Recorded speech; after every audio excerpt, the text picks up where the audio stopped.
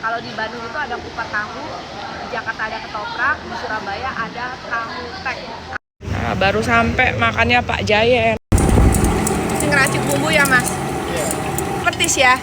Ini petis, ini kacang ya? Bukan, bumbu jahe. Oh, itu bumbunya juga? Kita jadi satu. Oh, oke. Terima kasih. Ketopraknya orang Surabaya, tapi bukan ketoprak ya? Ini apa? Tahu telur ya? Tahu tek. Tahu tek, oh Ya. tahu tek Tahu ya? tek, ya.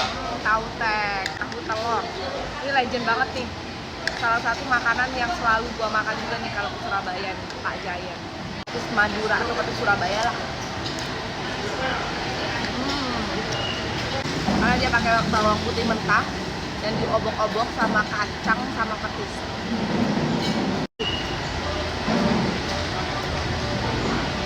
Pakai telur dadar. Kayaknya bisa request deh, pengen telur dadar yang banyak atau enggak. Kelihatannya sederhana, tapi kalau makan di tempat lain itu juga rasanya nggak bakal seenak waktu makan di Pak Jayen ini.